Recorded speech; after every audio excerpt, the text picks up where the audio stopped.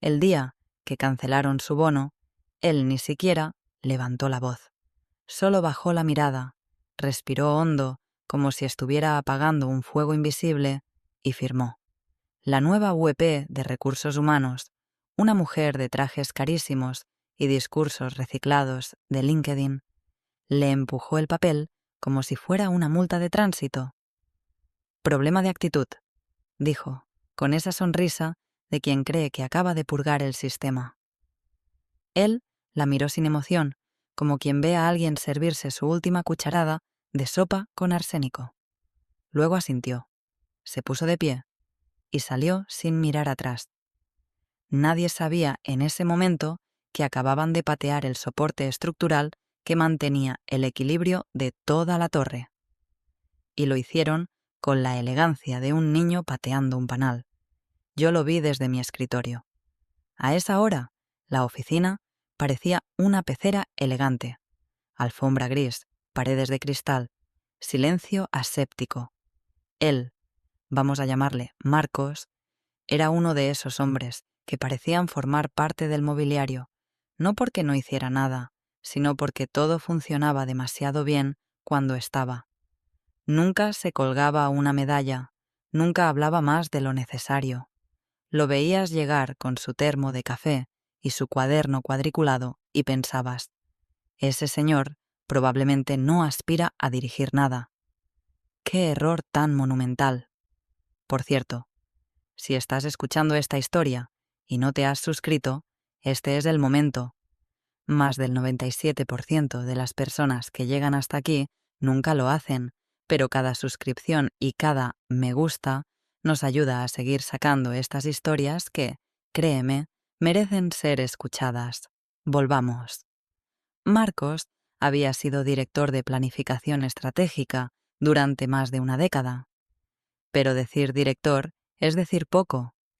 Él redactó, con su puño y letra o a través de su equipo, más de la mitad de los contratos ejecutivos que sostenían la estructura de la empresa. No solo los suyos, los del CFO, los de la directora de tecnología, los de los country managers. Cada cláusula, cada término ambiguo, cada asterisco con condiciones transversales, habían pasado por su cabeza. Lo sabía todo. ¿Dónde estaban las puertas de salida, las trampas, las bombas dormidas?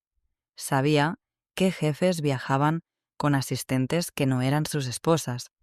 Sabía qué directores tenían seguros firmados por error como si fueran VPs. Y sobre todo, sabía que Recursos Humanos había firmado, hace 3 años, una cláusula que jamás debió existir. En ese momento, la empresa se preparaba para vender una parte importante de su operación a un fondo de inversión con sede en Londres. Era el gran paso, de empresa regional a jugador continental. Presentaciones ante el comité financiero, reportes de ESG llenos de palabras bonitas como propósito y cultura regenerativa. Todo apuntaba a que este era el año del gran salto, pero también era el año en que empezaban a hacer limpieza. Había que mostrar alineación, frescura, liderazgo ágil. Y a los ojos de la VP nueva, Marcos era justo lo contrario. Un hombre gris, de mirada seria, que prefería revisar contratos que ir a los afters de team bonding. Yo estuve en una de esas reuniones donde ella, con su voz suave y sus frases copiadas de TED Talks, lo presentó como un operador con enfoque técnico que tal vez necesita evolucionar hacia un rol más fluido, más acorde con nuestros valores emergentes. La frase era tan vacía como cruel. Todos entendimos, se lo iban a volar. Lo increíble es que Marcos no reaccionó, no hizo campaña, no fue a defenderse, simplemente se retiró lentamente. Pero antes dejó una carta, una sola hoja, sellada, a nombre del director jurídico. Durante días, nadie habló del tema. En parte por miedo, en parte porque la atención se desvió al roadshow con los inversionistas del fondo. Pero yo vi como una semana después, el abogado de la empresa, Carlos, un tipo normalmente insoportable de lo sobrado que se cree, salió de su oficina blanco como papel. Sujetaba esa hoja y por primera vez no hablaba, no gritaba, no citaba artículos, solo murmuró algo que nadie quiso preguntar. Algo como: ¿y esto? ¿Cómo nadie lo notó? Ahí supe que la historia no era tan simple como parecía, que Marcos no se había ido.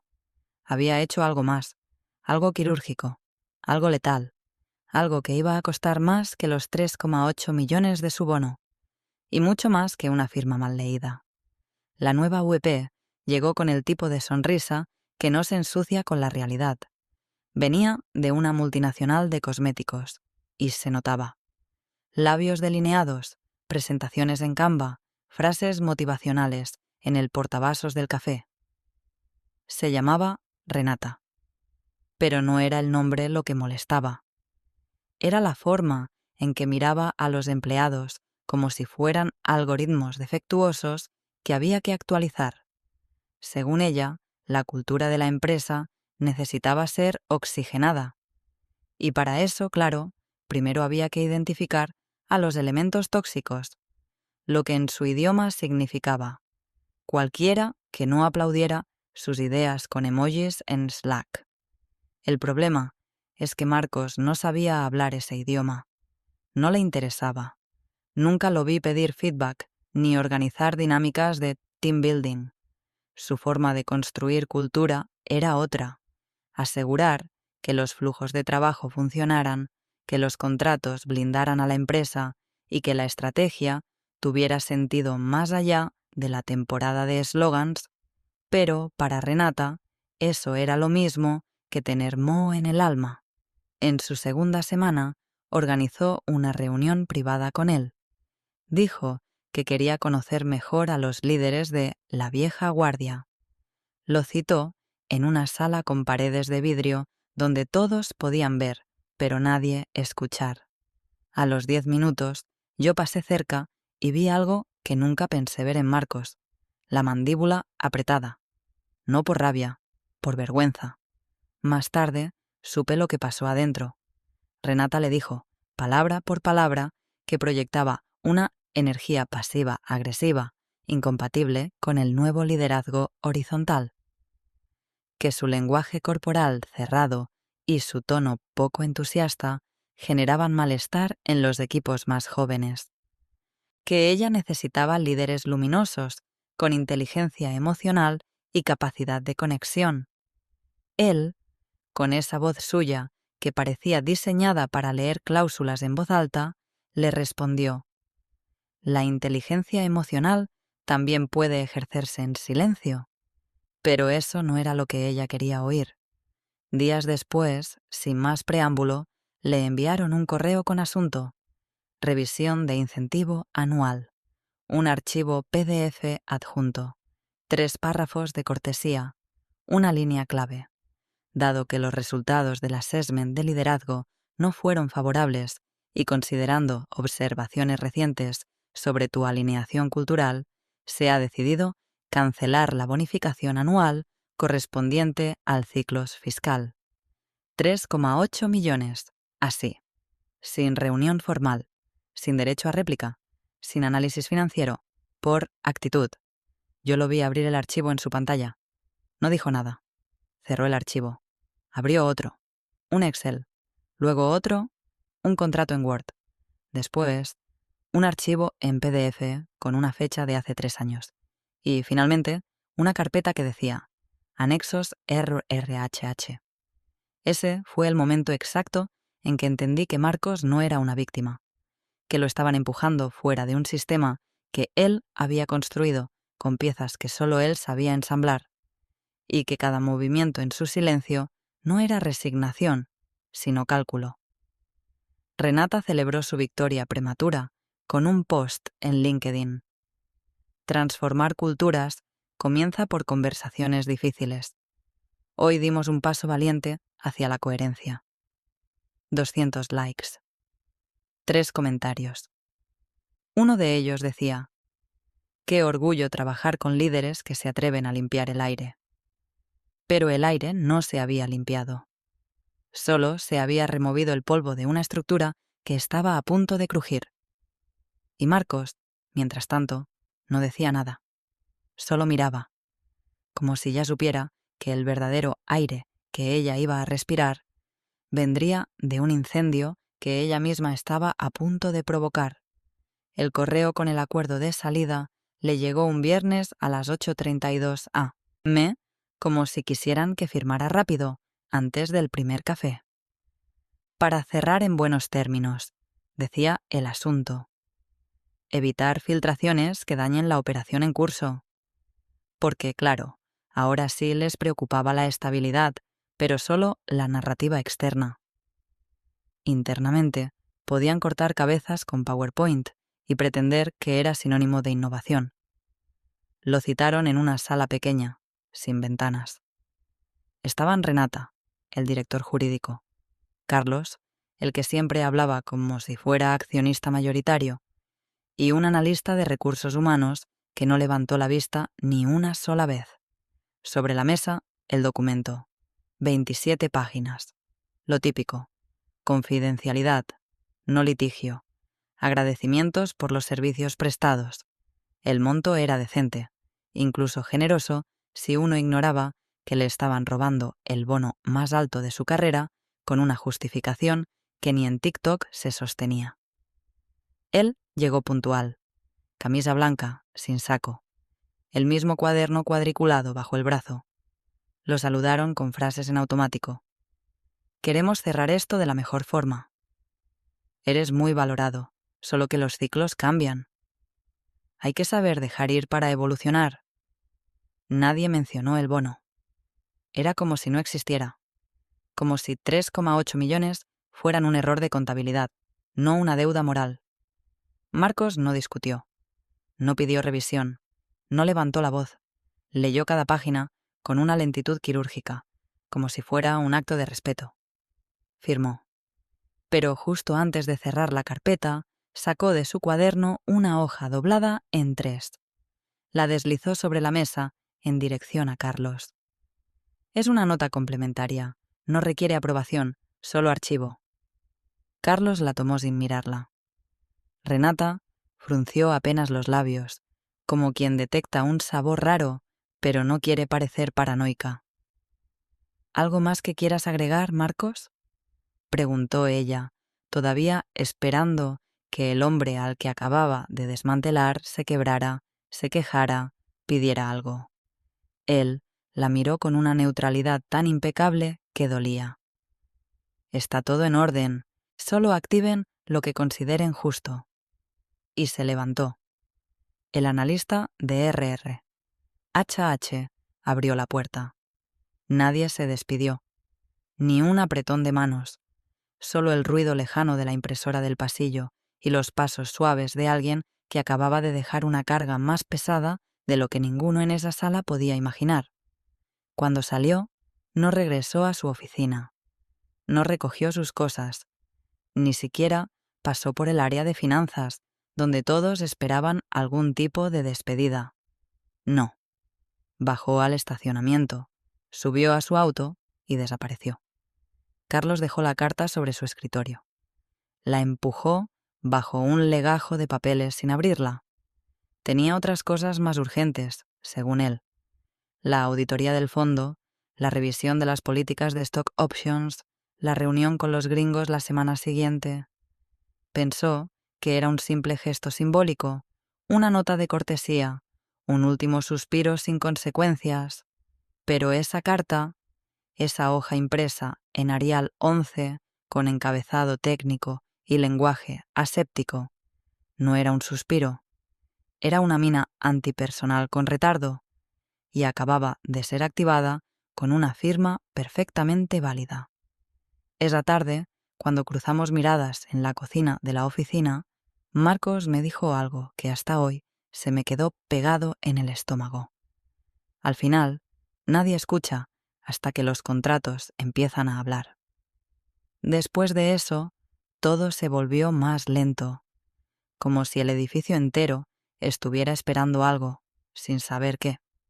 como si alguien hubiera cambiado el aire acondicionado por un susurro constante. Y en ese murmullo, aunque nadie lo admitiera todavía, ya todos sabíamos que algo estaba a punto de explotar, solo que aún no sabíamos cuántos habíamos firmado nuestra propia caída. Fue el martes siguiente cuando Carlos finalmente abrió la carta. No fue por iniciativa propia. Fue porque una asistente le preguntó, entre papeles y prisas, si esa nota adicional debía escanearse para la carpeta de salida. Entonces la sacó del fondo de su bandeja, la desdobló con una mano, mientras con la otra aún tecleaba un correo, y leyó.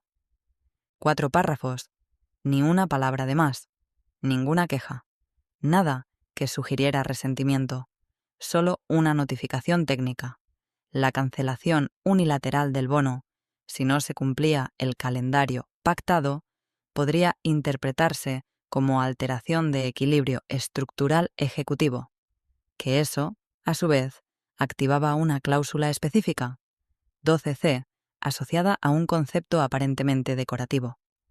Cambio de control contractual. Carlos no entendió de inmediato. Releyó la frase. Volvió al encabezado. Notó un número de referencia legal. Lo buscó en el archivo maestro de contratos ejecutivos, luego en el sistema de validación de cláusulas, y entonces se congeló, porque no era una cláusula cualquiera. Era una de esas que Marcos había dejado sembradas cuando aún manejaba la estructuración jurídica del grupo. Aparecía, de forma discreta, como subapartado en los contratos de los altos mandos. CFO, directora de operaciones, director de tecnología, incluso en el del propio Carlos. No saltaba a simple vista, no estaba en negritas, pero tenía un alcance devastador. La llamada al departamento legal fue seca. Necesito todos los contratos firmados entre 2018 y 2022, versión editable y versión firmada. Después, Carlos se encerró por 5 horas. No salió ni para almorzar. No respondió mensajes. Solo se escuchaba el golpeteo irregular del teclado y de vez en cuando el sonido hueco de una respiración sostenida demasiado tiempo. Yo lo vi por el reflejo del vidrio. Se quitó el saco, luego la corbata. A las 17:42 marcó al CEO. No obtuvo respuesta. Luego al CFO. Nada. Después, un mensaje a la VP de Recursos Humanos.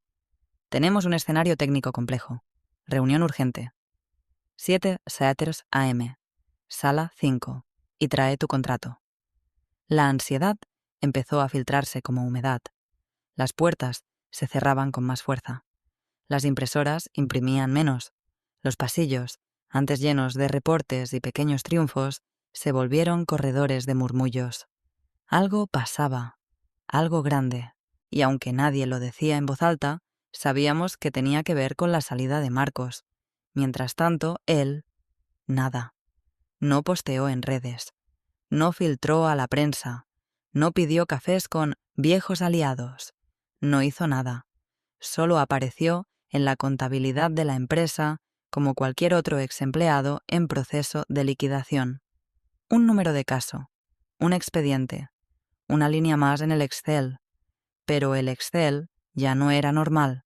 El sistema arrojaba inconsistencias, porque la cláusula, esa 12C que nadie notó, estaba indexada. Y al activarse, comenzaba a señalar otras cláusulas con condiciones espejo. El bono de Marcos estaba vinculado, por diseño, al ecosistema completo de compensaciones ejecutivas. Su cancelación no solo era un incumplimiento, era una ruptura de equilibrio. Y ese desequilibrio era, jurídicamente, un evento de control técnico, una bomba lógica. Si no se corregía antes de que venciera el plazo estipulado, el famoso viernes, se activaba el protocolo en cascada. Pagos forzosos de stock options, aceleración de vesting, penalidades contractuales por despido indirecto e incluso derechos de rescisión para ejecutivos clave sin preaviso. Una ola de obligaciones automáticas que podían costarle a la empresa más de 20 veces lo que decidieron ahorrarse con Marcos. Ese mismo día, alguien intentó llamarlo. No contestó. Luego, le escribieron por WhatsApp. Nos gustaría conversar sobre tu salida, aclarar algunos puntos. Ni leído. Y ahí, entre silencios que ya eran gritos, todos empezaron a entender lo que solo él había visto venir. No era su salida lo que desestabilizaba a la empresa. Era que nunca leyeron bien cómo estaba atada su permanencia. La primera reunión de emergencia se convocó antes del amanecer. El CEO llegó con la camisa arrugada, sin corbata, y el gesto de quien no sabe si está a punto de apagar un incendio o encender uno más grande. Legal ocupó la mitad de la sala. Renata, la VP de Recursos Humanos, intentó sentarse al frente, pero Carlos le pidió que se colocara al lado. Fue un gesto mínimo, pero claro, ya no lideraba la conversación. Carlos proyectó en la pantalla una tabla con nombres, fechas y cifras. Luego, con voz seca, señaló un encabezado: activadores cruzados de la cláusula 12C. El ambiente se tensó como si alguien acabara de leer un testamento que nadie esperaba. Necesito que escuchen esto sin interrumpir, dijo. En 2021, durante la reestructuración de los paquetes ejecutivos, se aprobó, por recomendación del área de planificación estratégica, una fórmula de compensación protegida por equilibrio contractual. Se pensó como una forma de blindar a los ejecutivos clave frente a fusiones, adquisiciones o despidos encubiertos. Fue redactada por el equipo de Marcos y firmada por todos. Una joven analista de legal, nerviosa pero brillante, intervino desde su esquina. Lo que encontramos es que la cláusula no solo protege a quien la activa, está indexada a un grupo de contratos espejo. Si se altera el estado de uno, los otros se desencadenan automáticamente. El CEO levantó una ceja. ¿Qué significa se desencadenan? Ella no titubeó. Significa que en el momento en que se incumple el calendario de pago de un bono protegido, se genera un evento de cambio de control técnico. Eso activa los derechos de rescisión inmediata, vesting acelerado de acciones y cláusulas de indemnización ejecutiva sin tope, para todo el grupo afectado. Silencio. Carlos apretó los labios. Luego proyectó otra hoja. Este es el grupo afectado: CFO, COO, CIO, CMO y usted, señor. Todos los contratos fueron firmados con esa cláusula. Todos están atados. Y todos fueron redactados bajo supervisión del equipo de Marcos. El CEO se echó hacia atrás, como si el respaldo de la silla pudiera protegerlo de una granada invisible. ¿Y por qué nadie me dijo esto antes? Carlos respondió sin levantar la voz. Porque nadie lo leyó. Porque confiamos. Porque estábamos ocupados con otras cosas. Renata intervino, desesperada. Pero esto es absurdo. Nadie despide a un empleado y activa una bomba jurídica por un bono. Carlos la miró fijo. Excepto que no era un empleado cualquiera. Y no fue cualquier bono. Fue un componente estructural del modelo de compensación. Cancelarlo sin causa formal no solo fue imprudente, fue detonante. El analista proyectó el último archivo. Una simulación de escenarios. En caso de activación completa, el costo total para la empresa superaba los 63 millones de dólares, incluyendo penalidades, stock options y demandas por incumplimiento de estabilidad ejecutiva. El CEO volvió a hablar, esta vez en susurros. Este despido es un cambio de control técnico, y ya lo firmamos. Afuera, la oficina despertaba como cualquier martes. El equipo de marketing revisaba posts, los analistas ajustaban dashboards, alguien organizaba una celebración para el día del cliente.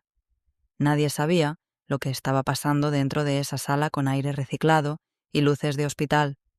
Y mientras tanto, Marcos, invisible, intocable, inquietantemente ausente. Su única aparición fue digital, una notificación de recepción de documentos en su correo institucional, firmada con acuse de recibido, hora 06:47 am, como si él ya supiera exactamente cuándo iban a entender lo que realmente había firmado toda la empresa, y como si en algún rincón de su cuaderno cuadriculado ya tuviera calculado el costo exacto de su silencio. A las 8:02 am del miércoles, el CEO le escribió directamente a Marcos desde su correo personal. 3 frases sin saludos. Necesitamos conversar urgentemente. ¿Podemos enmendar lo sucedido? Propongo llamada hoy antes del mediodía. El mensaje quedó en visto. 20 minutos después, lo reenvió desde su asistente con una nota adicional. Por favor, infórmanos tu disponibilidad. La compañía está dispuesta a revisar alternativas razonables. Nada. A las 10:17 am, Renata ordenó que le llamaran desde un número desconocido. Intentaron 3 veces. Buzón. Luego, mandaron un SMS desde un teléfono de Legal. Solo 2 palabras. Hablemos pronto. Leído. Sin respuesta. A las 11:06 yo pasé por finanzas y escuché al CFO, que aún no había renunciado, pero ya tenía la cara de quien sí lo haría, murmurar: «¿Está esperando que desesperemos? Y nosotros ya empezamos». Porque para entonces todos sabían lo que estaba en juego. El fondo de inversión que planeaba adquirir el 40% de la operación regional había solicitado una confirmación oficial del estado de los contratos ejecutivos, una simple verificación de rutina. Pero ahora era una trampa activada. Si uno solo de esos contratos estaba en fase de rescisión automática, se consideraba alterada la estructura de liderazgo y, por tanto, se aplicaban las cláusulas de contingencia del deal. En cristiano, si no resolvían el caso Marcos antes del viernes, la venta caía. Renata, aún en negación, propuso una idea absurda: ofrecerle una compensación parcial por el bono, acompañada de una carta de disculpa redactada con cuidado, evitando cualquier admisión legal. Carlos la miró como si le hubiera sugerido apagar un incendio con gasolina. Si le damos algo menos de lo estipulado, lo que confirmamos es el incumplimiento del monto pactado. Eso activa la cláusula. No la detiene. ¿Y si solo le pedimos que renuncie a la cláusula voluntariamente?, dijo uno de los socios del área comercial. Carlos ni respondió. Solo proyectó, otra vez, el encabezado de la carta. Esta cláusula no está sujeta a renuncia retroactiva ni negociación parcial fuera del calendario de pago acordado. El CEO se frotó la cara. Pero, ¿y si lo convencemos? ¿Y si hablamos con él como humanos? Él no es un tipo vengativo, ¿cierto? Todos miraron al suelo, porque eso era lo peor. No lo era. No había venganza en Marcos, no había rabia, no había teatrales despedidas ni amenazas por correo, solo precisión, silencio y una serenidad tan absoluta que se volvía ofensiva, como si estuviera viendo la empresa implosionar desde un dron, con una copa de vino en la mano y la contraseña de todo el sistema todavía en la cabeza. A las 14:39, su nombre volvió a aparecer, esta vez en el sistema de facturación. Una nueva entrada. Servicio de asesoría estratégica, proceso de transición. Monto, 3.800.000. Fecha de vencimiento, viernes. Método de pago, transferencia inmediata. Remitente, confidencial, aceptación. No requerida. Era su forma de hablar.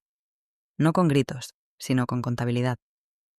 Para las 16:00 comenzaron los abandonos.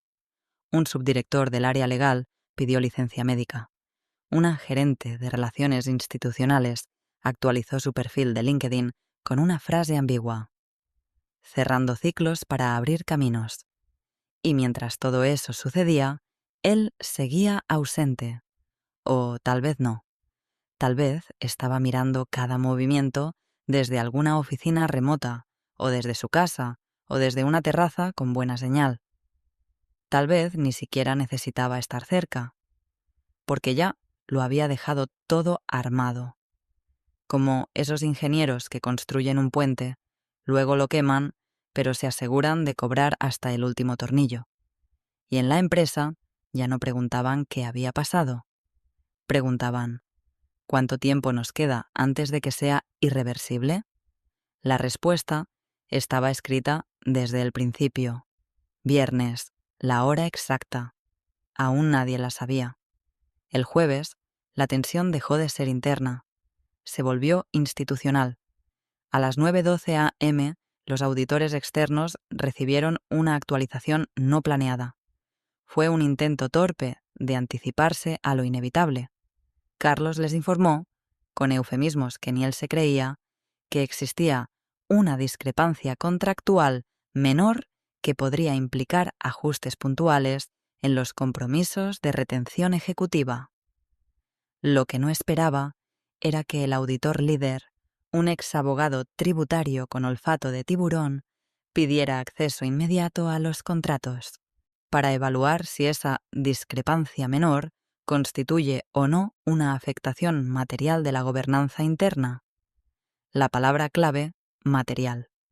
Si un auditor externo considera que hay afectación material no declarada, el informe de cumplimiento se congela. Y si se congela, el fondo no puede cerrar. Legalmente, ese mismo mediodía, el rumor ya había cruzado el Atlántico. Un socio menor del fondo inversor, alguien que había trabajado con uno de los ex-CFO de la empresa, envió un correo que aterrizó como misil en las bandejas de entrada del comité. Nos informan que hay una cláusula suicida en los contratos clave de liderazgo. ¿Es cierto? Nadie respondió durante horas. A las 14:35 hubo una reunión extraordinaria del Consejo. Estuvieron todos menos Marcos, por supuesto. El CEO trató de tomar la palabra, pero un consejero lo interrumpió con una sola frase. Antes de seguir, ¿quién firmó los contratos actuales de RR, HH y Legal? Silencio. Renata tragó saliva. Carlos se cruzó de brazos. Pido revisión completa del área, personal, procesos, modificaciones, todo desde 2020 a la fecha. Y con eso, el tablero de poder cambió de manos. El área de Legal fue puesta bajo revisión inmediata. Recursos Humanos suspendió las aprobaciones de nómina ejecutiva. La directora de cumplimiento solicitó una copia certificada de la carta de Marcos, no para archivo, sino para análisis de responsabilidad compartida. A las 16:02, Contabilidad detectó una anomalía. Una factura ingresada al sistema por vía externa, sin remitente claro. Montada correctamente. Válida. Monto: 3.800.000. Concepto: honorarios por estabilidad estructural ejecutiva, conforme a cláusula 12C. Fecha límite de pago: viernes. Banco receptor: Luxemburgo.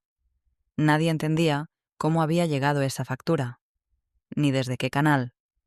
Estaba cargada en el sistema como si hubiera sido generada internamente, pero no había usuario asignado. Solo un sello digital cuya pista llevaba a una firma consultora extranjera con sede en Montevideo. ¿Su nombre? Equilibrio Estratégico S. A. Carlos intentó borrarla. El sistema no lo permitió. Intentó marcarla como pendiente de revisión. El sistema la dejó en vencimiento inminente. Y de pronto, ya no era solo un problema de contratos, era una obligación financiera viva. En paralelo, los grupos de WhatsApp internos ardían.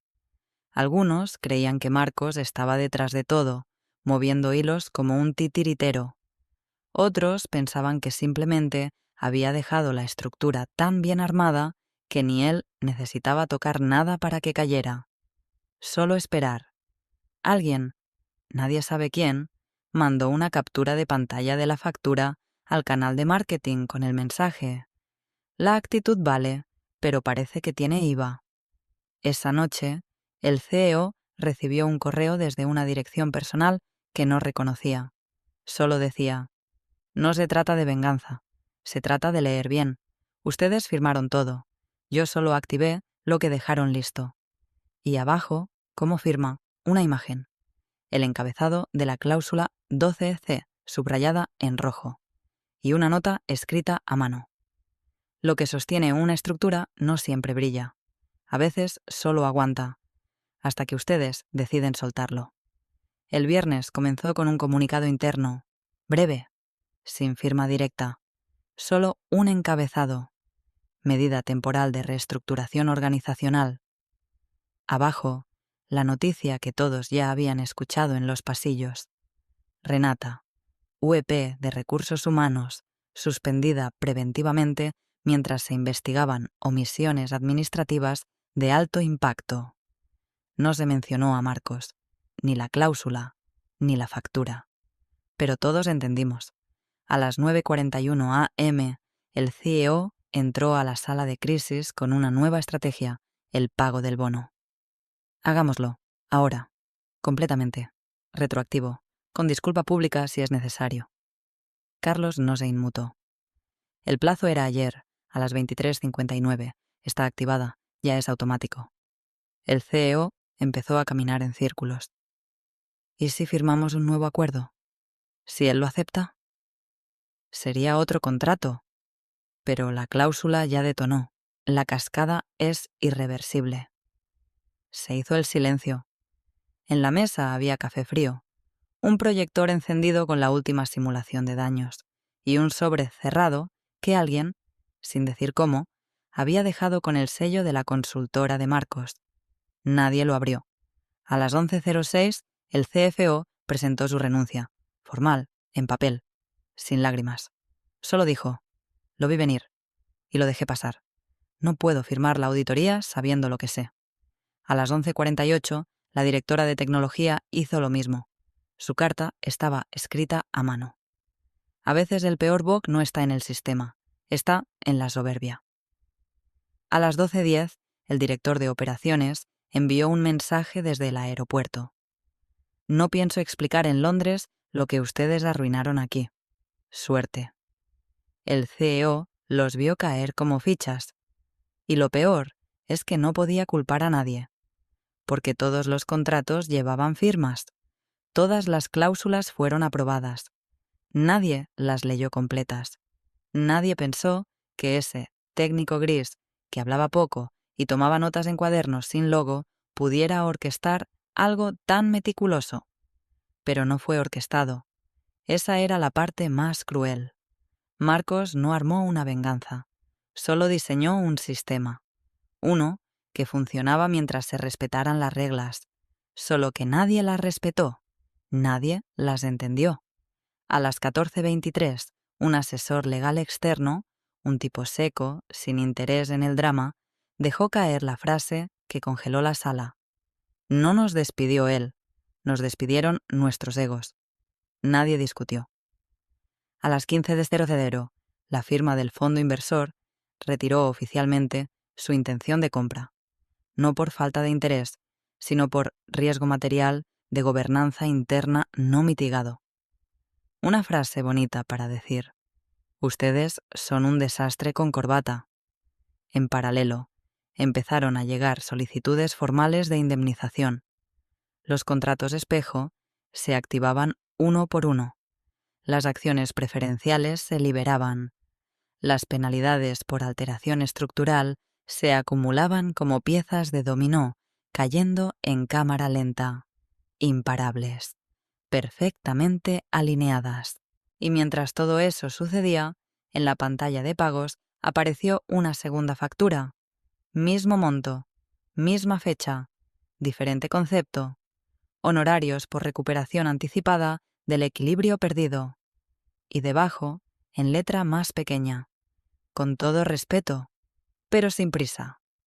La reunión final del Consejo se celebró a puertas cerradas un sábado por la mañana, en una sala que hasta entonces solo se usaba para firmar acuerdos históricos.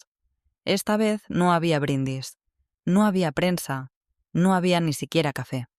Estaban todos los miembros del consejo, los socios externos, los asesores legales y los auditores.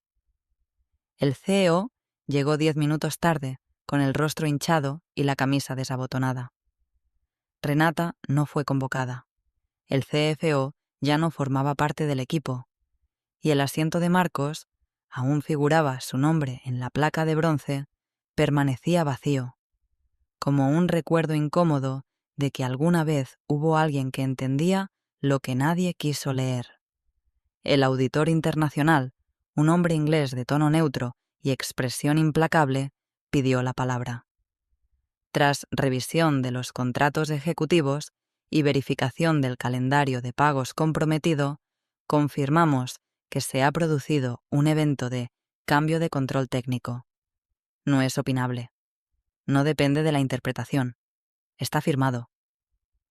El CEO intentó murmurar algo sobre intención y contexto, pero el auditor lo interrumpió sin levantar la voz. No nos corresponde valorar intenciones, solo hechos. Y el hecho es que ustedes activaron, por acción y omisión, una cascada contractual irreversible. Cada contrato ahora exige cumplimiento inmediato. De lo contrario, entrarán en incumplimiento múltiple, con consecuencias civiles y reputacionales para todos los firmantes. Silencio. Uno de los consejeros, una mujer fría como el mármol que rara vez hablaba, miró al CEO sin pestañear. ¿Quién revisó la cláusula 12C? Nadie respondió. Entonces, como si el universo tuviera sentido del timing, el asistente del consejo entró con un sobre en la mano. Acaba de llegar. Lo dejó un mensajero. A nombre del consejo, sin remitente. En el sobre un logo discreto. Equilibrio estratégico S. A. Adentro. Una sola hoja. Una factura. Monto 3.800.000. Fecha ese mismo sábado. Concepto. Honorarios por activación estructural. Y pegada al reverso, una nota escrita a mano. Papel blanco. Caligrafía firme. Letra legible. No fue un problema de actitud. Fue un error de lectura. Hasta nunca. El CEO cerró los ojos. Carlos, el abogado, se levantó sin decir palabra y salió de la sala. No volvió. El auditor suspiró.